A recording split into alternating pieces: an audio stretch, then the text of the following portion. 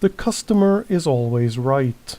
We have all heard this. Most of us have probably quoted that to get a better deal for ourselves or when we have had a genuine grievance. But anyone who have worked in a job where you have to service a customer will most likely tell you that A, they hate that rule, and B, some, if not most customers, should never be given that kind of power. The phrase was originally coined in the 19th century by either Harry Gordon Selfridge or Marshall Field and was meant to make customers feel like when they had an issue or a complaint, they should be heard and offer suitable compensation, like a trade-in or a refund, without having to fight for it.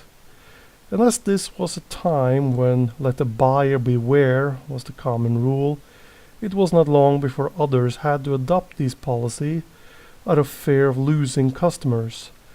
That the customer is always right was a big change in customer service. And while it does seem fair, if not obvious, that what you buy should be as you expect it to be, without having the seller withholding information that could sway you to make another choice, the rule does suffer from one big and often overlooked flaw. People are not always honest. Some might act on ignorance, and others might be trying to scam the system by following what they think is a rule that all providers of goods and services are bound by law to follow, when in fact it is no more than a store policy that can just as easily be ignored. In 2014, Alexander Cherulf wrote 5 reasons for getting rid of this so-called rule, and they are as follows. 1. It makes employees unhappy. Having to offer service and agree with every ignorant fool that come to your place of business is at best a hassle, and at worst it can make your employees resentful and unhappy with their job. 2. It gives abrasive customers an unfair advantage. While the ignorant customer make their claims out of stupidity, the abrasive customer knows well what he or she is doing and resort to bullying, pretty much hitting the business over the head with this rule to get what they want, even if the business have all legal rights on their side. 3. Some customers are bad for business. Bad customers mean bad business. Some will claim that you should always value quantity over quality when it's about the number of customers you provide for. But someone who always complains despite the fact that they keep coming back does mean you have a constant source of complaints that could lead to a very poor reputation for your business. Since such a person will only drain you with both their claims and spreading what could easily be lies about your business, you are better off to just turn them away and lessen your losses. Sure, they will complain to anyone who listens, but that is better than having them both complaining and costing you money directly with their claims. 4.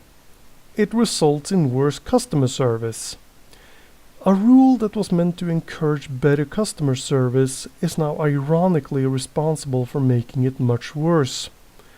Having to deal with unfair claims and rude people who treat you badly because it's their right to do so will result in employees who either cannot keep up with work due to mental fatigue and cases of burning out, trying to provide expected levels of service, or employees who simply won't take any more of it and start treating customers or even coworkers as bad as they have been treated themselves. 5. Some customers are just plain wrong. Thinking that they are always right, some people will look at rules as something that just don't apply to them.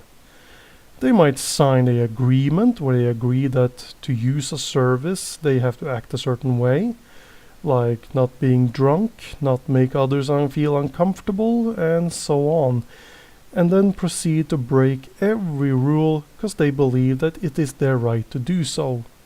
Ignoring all rules only to throw a rule that is not even a real rule back in your face. I do not believe that we need to go back to let the buyer beware, but there are times when you should apply more than the customer is always right. When a customer is willfully wrong, rude, or downright abusive, I think it's time to stand up and tell them that they are no longer welcome at your place of business. On the other hand, those who have a legit problem should be given good service to make up for the problem and to give them a reason to come back and talk about your business in a more favorable term. And yes, sometimes a customer should be a bit harsh. When a business failed them more than once with actual problems or act in a way that is flat out wrong, you should not let them sweep it under the rug. After all, customer service is a shared responsibility that goes both ways.